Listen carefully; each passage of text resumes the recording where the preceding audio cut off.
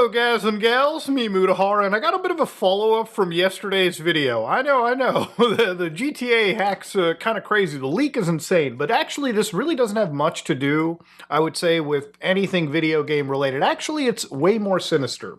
So yesterday I talked about subpoenas and how Discord, Microsoft, Twitter, a lot of these platforms are being handed out legal paperwork. Well, last night I was kind of researching a little bit into it, and I think it's a lot worse than I was actually relaying it to you guys.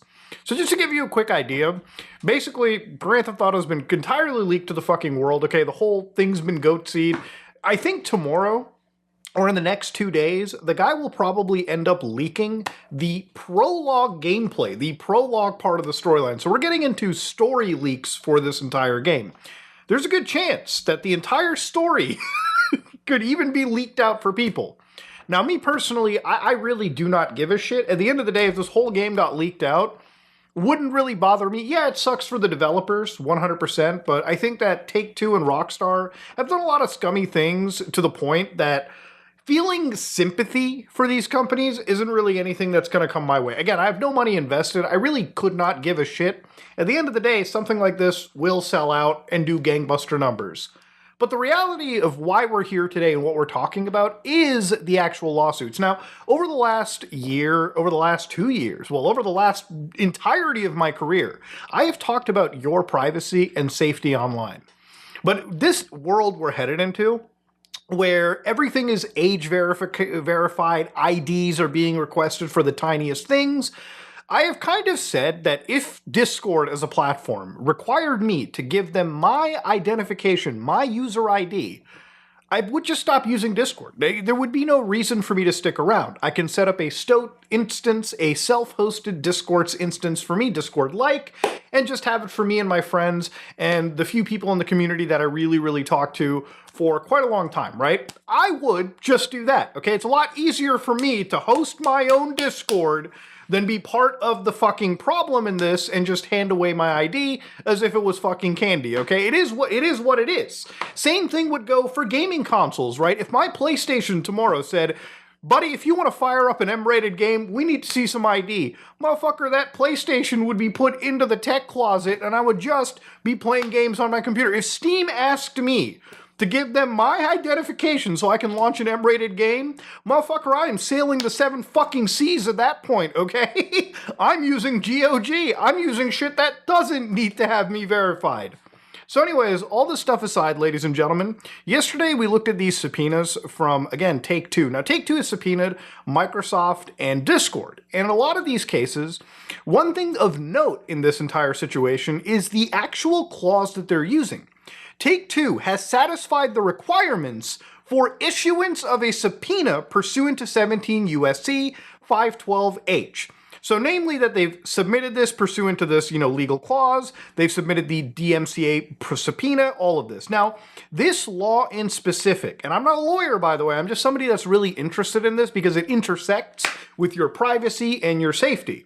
So to go over the subpoena again really quickly, if you scroll all the way to Exhibit B, you can actually no, it's actually in Exhibit A. You can see that all identifying information for all user accounts that were members of these Discord servers. Now remember, these were 3 Discord servers, like Dark Vipers, for instance, that was sufficiently large enough to have like tens of thousands of people talk amongst it, okay? Now again, there could be the possibility that the guy who fucking leaks the shit out of the most hyped media franchise of all time is in these servers leaking shit out. There's a good chance that's not the case.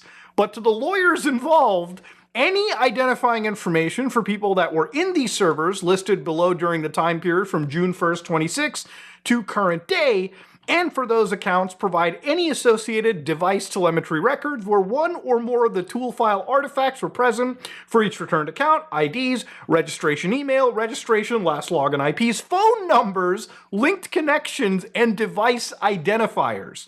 So I want to explain exactly what makes this spooky. Now, when Rockstar sends these DMCAs to Discord, to Microsoft, to Twitter, so on and so forth, read the actual documents they're wanting.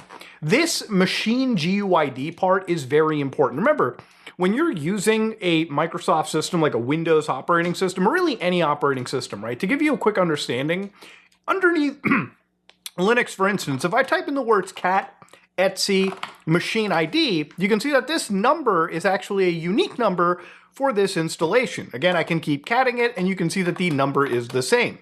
If I did this under a different Linux system or on my phone, it would produce a different machine ID. Now again, it's trivial to anonymize this kind of stuff, but if you're using operating systems like Windows, yeah, this is the exact system, these machine IDs, these GUIDs, or GDIDs, or whatever kind of fucking ID, is how the FBI, for instance, catches people that have poor OPSEC. It's one of the ways that can be used to identify people. So when you grab all this tranche of information from Discord, Microsoft, whatever, all these people have to do is effectively put that information together and see which Discord account belongs to which Microsoft account, or whatever Windows logged in account that you would find, and then also cross-reference it with other social media accounts that you have. So one post by Vice Sit on the actual GTA forums page actually did kind of look a little bit into the actual wallet addresses connected to this whole CyberLeak token, right? So obviously there's been people that have been looking into various little crumbs, various forum posts where CyberLeak has kind of been around. And basically, if you want to go down this rabbit hole, you absolutely can do it. I'm kind of keeping it in the pocket. I would love to investigate this later once something more substantial starts happening with the cryptocurrency. But the reality of it is that gathering all this information and then even subpoenaing places like KuCoin, which is an exchange that we were hit with, could be one of the few possible leads companies like Take-Two have to identifying this individual. Right now, this guy, imagine just for a second, this guy wakes up every day leaking one of the biggest games of all time, moves about his day. I mean, this is a level of criminal trolls some can only dream of reaching. And, compared to previous hackers that released a whole, bunch of information and fucked off, this guy's still just actively doing it. So whether it's bravado or whether it's a genuine acumen to this kind of behavior, that this person feels that they are genuinely safe, fighting one of the most litigious companies in the world is actually the most interesting part of it. At this point, I think GTA 6 doesn't really even matter as much as the cat and mouse game being played here. In a lot of ways, what this actual subpoena is intending to do is de-anonymize users that probably had nothing to do with it. I find it insane. When a law is broken, we have methods in place for big corporations to grab undue amounts of information. Okay, remember, this is a world where people have went to a fucking island and molested children nonstop who are still able to freely keep their anonymity because the US federal government likes to blacken out their images and names and redact everything imaginable. But if you're just somebody online leaking a video game or talking about a fucking video game at the end, remember, this is not a nuclear weapon we're talking about. It's Grand Theft Auto fucking 6, okay? It's a video game. Granted, it's probably not great for Take-Two's stocks or Take-Two's, financials, if this game is leaked in its entirety, but who the fuck cares? It's a video game at the end of the day, dog. It is not a reason for any of these companies to get so brave they start subpoenaing a mass amount of information and then using tricks to actually de-anonymize users based on all this info. So why did I make this follow-up video?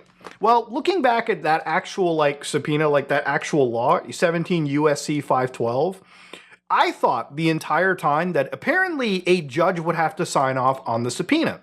So, for instance, Discord's Ryan Rigney, who's actually the marketing director, said that Discord has not yet been served with a subpoena from Take-Two. When we do, we'll evaluate the validity and scope before responding. Now, there's a good news in this, but basically what he said, when we do, it's when we do, not if we do. He knows. Most likely the subpoena is obviously in the pipeline.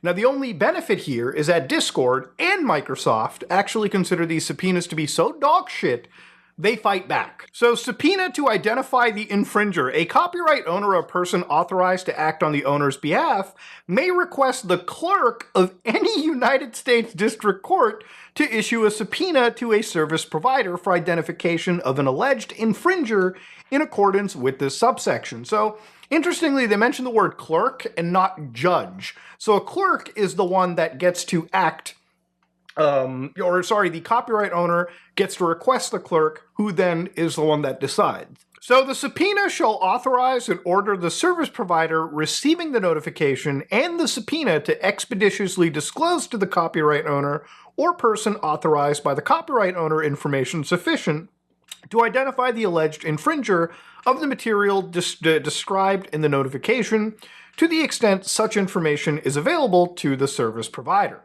So the benefit over here is that, again, it's not something that a judge can be used to sidestep, although it seems that way. What it does mean is that Take-Two is finding ways to expedite these subpoenas, pull this information off as much as they can.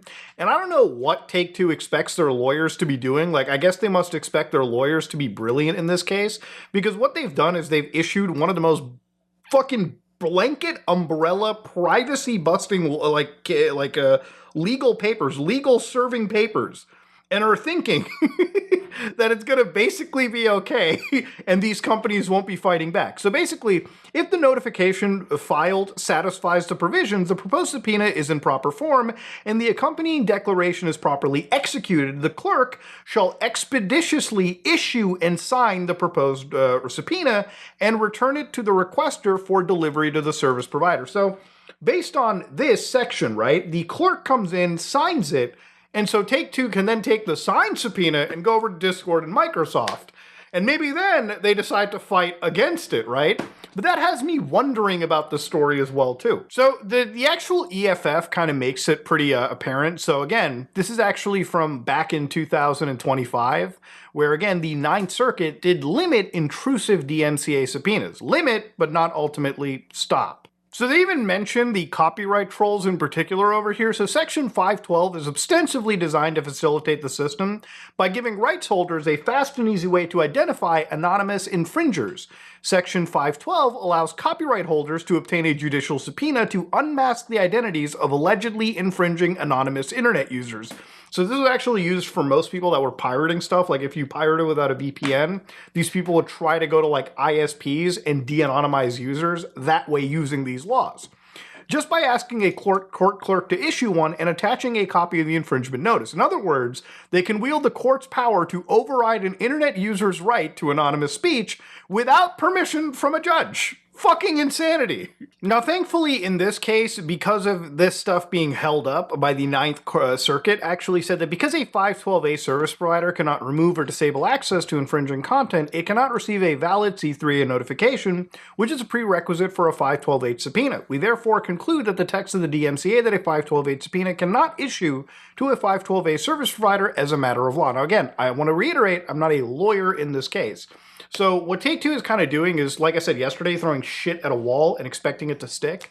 And I think the way that this whole DMCA works, this DMCA subpoena, what shocks me personally is how easy sometimes it has been for a lot of these companies to abuse the court system, to violate and basically destroy your privacy online.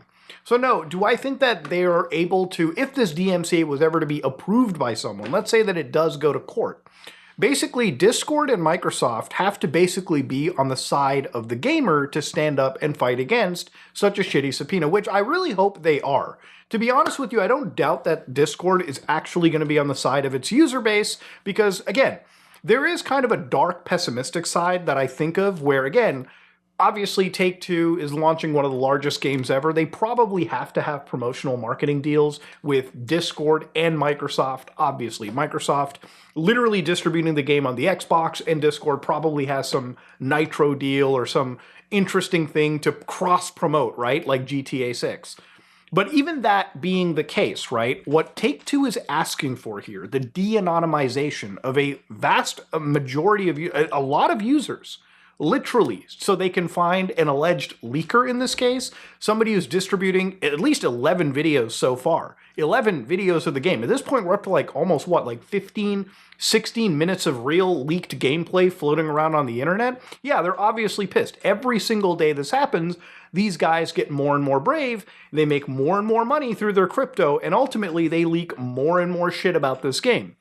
Now, I think, honestly, like in this case, if it was I understand why Take-Two is legally getting involved into this. I mean, clearly it's their biggest game being fucking shown to the entire world. But I really, really, really hope, and I do think that Microsoft and Discord are going to ultimately fight against this, because reading this subpoena, it is so invalid. It just shows you how scared and pressed this company is that now they're just throwing these things sort of out there. Again, the system is so broken that just going to a clerk to authorize a signature and bypassing a judge, I feel like, I'm not a lawyer, but if 100% of judges saw this subpoena, I think a lot of them would laugh Rockstar Take-Two out of their fucking courtrooms. Simple as that. Because there's no way these people can be so broad in this spectrum to track this individual down. You know, I think if anything, the more and more Rockstar kind of pushes for this, the more and more Take-Two push for this nonsense, the more and more this hacker is going to get even more brave. I think if there's ever a reason that their entire game gets leaked, or an entire or the entire story gets leaked to everybody before Thursday, before their actual official reveal, it's because of their own fucking actions doing this, okay? Listen, ladies and gentlemen, what's freaky about this story to me is I'm not on any of these servers. At least I wasn't at the time, to my knowledge. But what blows me away is you can basically be a participant to these servers, and even if somebody else is yapping away and talking, simply by being in that chat room or that proximity, Rockstar can now request the users, from what it seems, in those entire massive chat rooms. If there was ever a reason to be against, you know, digital ID or age verification or anything, this would be the case. The fact that they went to both Microsoft and Discord, and most likely are using that information to cross-identify, cross-reference, and identify or de-anonymize people is interesting. You know, it's one of the reasons why I don't use Microsoft Windows, right? Like, again, the direction that Microsoft is going, they want you to have an attached verified user at some point on each Windows system. And the fact that any of these companies can use the legal system to source all of this information is insane. The fact that it can even be allowed, the fact that there is a gateway to it, and the fact that legal teams from Discord and Microsoft effectively become the last line of defense for your private information. And remember, a line of defense that is truly dictated by the corporation in this case. Because even if, let's say, Discord and Microsoft choose not to fight against this, the craziest part about all of this is that there's really no recourse aside from like a class action lawsuit, and even who knows if that can even be achieved because of all of the TOSs we signed here. I swear to God, dude, fucking crazy. The more I look into the subpoena, the more interested I am in the legal mechanisms with this than the fucking game being leaked to begin with. You know, it's just interesting to see. You know, the story that has really come out of this is your privacy is actually put into fucking danger. And this is how. It's the worst subpoena that I've ever read, man. Anyways, ladies and gentlemen, if you like what you saw, please like, comment, and subscribe. Dislike it if you dislike it. I am out.